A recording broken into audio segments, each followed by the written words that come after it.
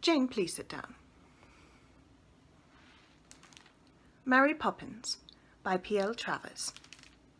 Chapter 2. The Day Out. Every third Thursday, said Mrs. Banks, 2 till 5. Mary Poppins eyed her sternly. The best people, ma'am, she said, give every second Thursday, and 1 till 6. And those I shall have all. Mary Poppins paused, and Mrs. Banks knew what that pause meant. It meant that if she didn't get what she wanted, Mary Poppins would not stay. Very well, said Mrs. Banks hurriedly, though she wished Mary Poppins did not know so very much more about the best people than she did herself. So Mary Poppins put on her white gloves and tucked her umbrella under her arm, not because it was raining, but because it had such a beautiful handle that she couldn't possibly leave it at home. How could she leave her umbrella behind if it had a parrot's head for a handle? Besides, Mary Poppins was so very vain, and liked to look her best. Indeed, she was quite sure that she never looked anything else. Jane waved to her from the nursery window. "Where are you going?" she called. "Kindly close that window," replied Mary Poppins, and Jane's head hurriedly disappeared inside the nursery.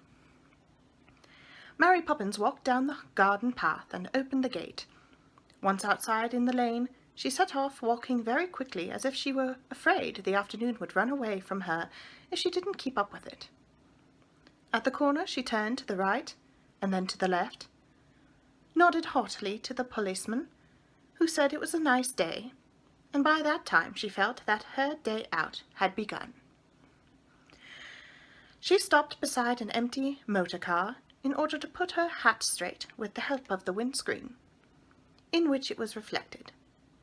Then she smoothed down her frock and tucked her umbrella more securely under her arm so that the handle, or rather the parrot, could be seen by everybody.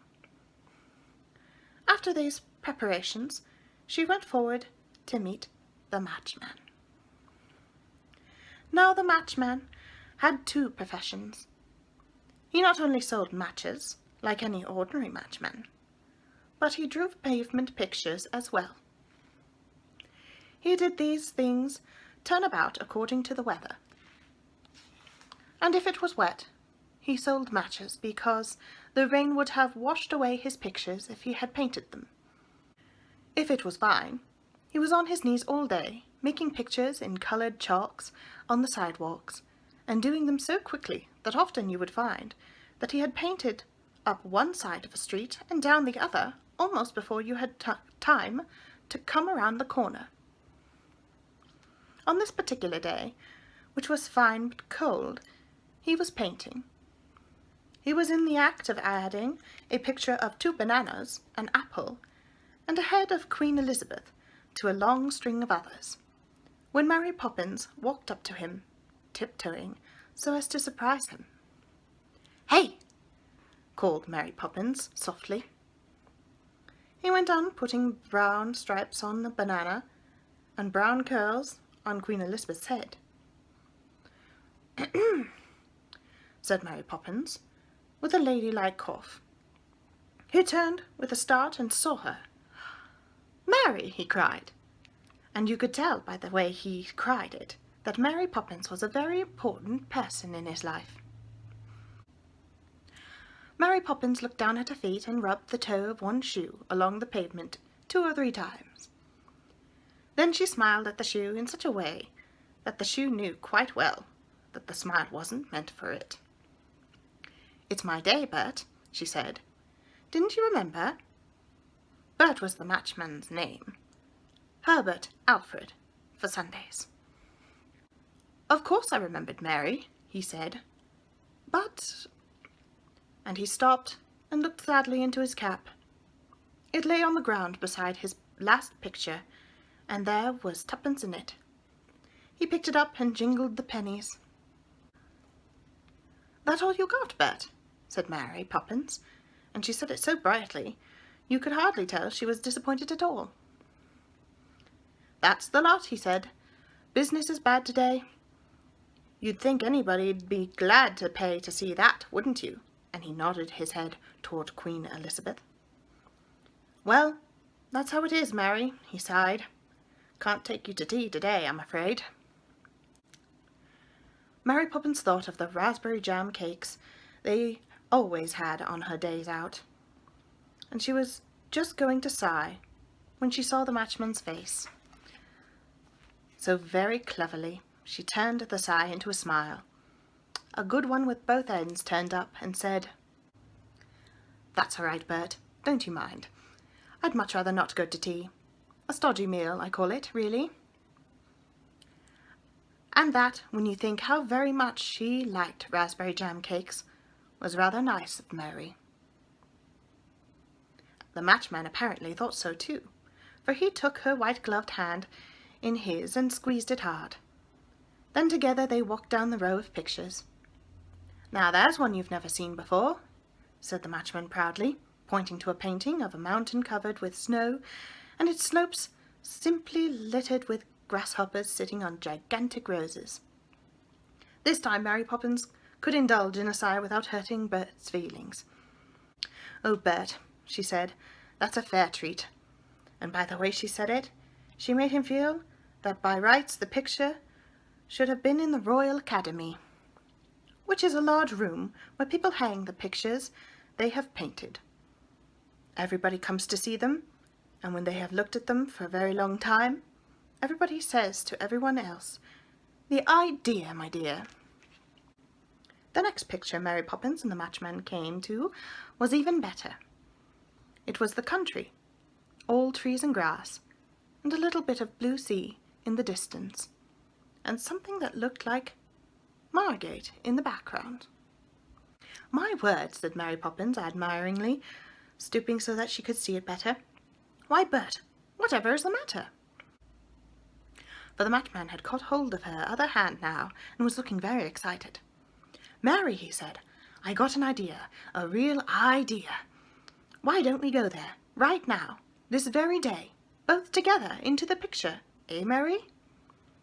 And still holding her hands, he drew her right out of the street, away from the iron railings and the lamp posts, into the very middle of the picture. Psst! There they were, right inside it.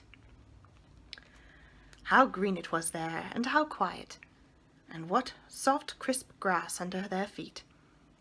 They could hardly believe it was true, and yet here were green branches huskily rattling on their hats as they bent beneath them, and little coloured flowers curling round their shoes. They stared at each other, and each noticed that the other had changed. To Mary Poppins, the matchman seemed to have bought himself an entirely new suit of clothes, for he was now wearing a bright green and red striped coat and white flannel trousers, and, best of all, a new straw hat. He looked unusually clean, as though he had been polished. "Why, Bert, you look fine," she cried in an admiring voice. Bert could not say anything for the moment, for his mouth had fallen open, and he was staring at her with round eyes. Then he gulped and said, "Golly!" That was all, but he said it in such a way, and stared so steadily and so delightedly at her that she took a little mirror out of her bag and looked at herself in it. She, too, she discovered, had changed. Round her shoulders hung a cloak of lovely artificial silk, with watery patterns all over it, and the tickling feeling at the back of her neck came, the mirror told her, from a long curly feather that swept down from the brim of her hat. Her best shoes had disappeared, and in their place were others much finer, and with large diamond buckles shining upon them. She was still wearing the white gloves and carrying the umbrella. "My goodness," said Mary Poppins, "I am having a day out." So, still admiring themselves and each other, they moved on together through the little wood, till presently they came upon a little open space filled with sunlight, and there on a green table was afternoon tea. A pile of raspberry jam cakes, as high as Mary Poppins' waist, stood in the centre, and beside it tea was boiling in a big brass urn. Best of all, there were 2 plates of whelks and 2 pins to pick them out with. "Strike me pink," said Mary Poppins.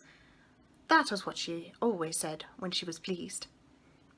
"Golly," said the matchman, and that was his particular phrase. "Won't you sit down, madame?" inquired a voice, and they turned to find a tall man with a black coat coming out of the wood with a table napkin over his arm. Mary Poppins, thoroughly surprised, sat down with a plop upon one of the little green chairs that stood round the table. The matchman, staring, collapsed on to the other. "I'm the waiter, you know," explained the man in the black coat. "Oh, I didn't see you in the picture," said Mary Poppins. "Ah, I was behind the tree," explained the waiter. "Won't you sit down?" said Mary Poppins politely. "Waiters never sit down, madame," said the man, but he seemed pleased at being asked. "Your whelks, mister," he said, pushing a plate of them over to the matchman. "And your pin," he said, dusting the pin on his napkin and handing it to the matchman.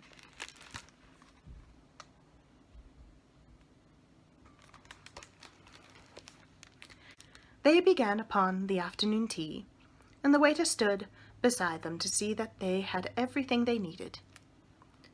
"We're having them after all," said Mary Poppins in a loud whisper, as she began on the heap of raspberry jam cakes. "Golly," agreed the matchman, helping himself to 2 of the largest. "Tea," said the waiter, filling a large cup for each of them from the urn. They drank it and had 2 cups more each, and then, for luck, they finished the pile of raspberry jam cakes. After that they got up and brushed the crumbs off. "There is nothing to pay," said the waiter, before they had time to ask for the bill. "It is a pleasure. You will find the merry-go-round just over there." And he waved his hand to a little gap in the trees, where Mary Poppins and Matchman could see several wooden horses whirling round on a stand. "That's funny," she said. "I don't remember seeing that in the picture either." "Ah," said the matchman, who hadn't remembered it himself. "It was in the background, you see." The merry-go-round was just slowing down as they approached it. They leapt on upon it, Mary Poppins on a black horse, and the matchman on a grey. And when the music started again, and they began to move, they rode all the way to Yarmouth and back, because that was a place they both wanted to see. When they returned, it was nearly dark, and the waiter was watching for them. "I'm very sorry, madame and mister," he said politely, "but we close at 7. Rules, you know. May I show you the way out?" They nodded as he flourished his table napkin and walked on in front of them through the wood.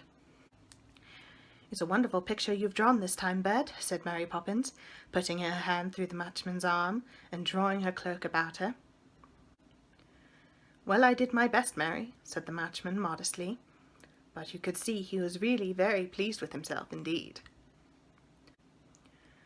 Just then the waiter stopped in front of them, beside a large white doorway that looked as though it were made of thick chalk lines. "Here you are," he said. "This is the way out."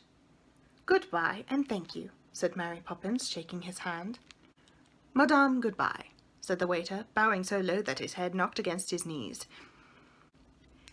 He nodded to the matchman, who cocked his head on one side and closed one eye at the waiter, which was his way of bidding him farewell. Then Mary Poppins stepped through the white chalk doorway, and the matchman followed her. And as they went, the feather dropped from her hat, and the silk cloak from her shoulders, and the diamonds from her shoes. The bright clothes of the matchman faded, and his straw hat turned into his old ragged cap again. Mary Poppins turned and looked at him, and she knew at once what had happened. Standing on the pavement, she gazed at him for a long moment, and then her glance explored the wood behind him for the waiter, but the waiter was nowhere to be seen. Even the merry-go-round had disappeared. Only the still trees and the grass and the unmoving little patch of sea remained. But Mary Poppins and the matchmen smiled at one another. They knew, you see, what lay behind the trees. When she came back from her day out, Jane and Michael came running to meet her. "Where have you been?" they asked her. "In Fairyland," said Mary Poppins. "Did you see Cinderella?" said Jane. "Huh? Cinderella? Not me," said Mary Poppins contemptuously. "Cinderella indeed." "Or Robinson Crusoe?" asked Michael. "Robinson Crusoe? Pooh!" said Mary Poppins rudely. "Then how could you have been there? It couldn't have been our fairyland." Mary Poppins gave a superior sniff. "Don't you know," she said pityingly, "that everybody's got a fairyland of their own?" And with another sniff, she went upstairs to take off her white gloves and put the umbrella away.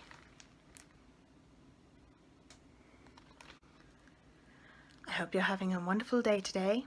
I know that we cannot all go out as we would like, but I do hope that you have a fairyland to escape to of your own. Be sure to stay well, stay safe, and I shall see you next time.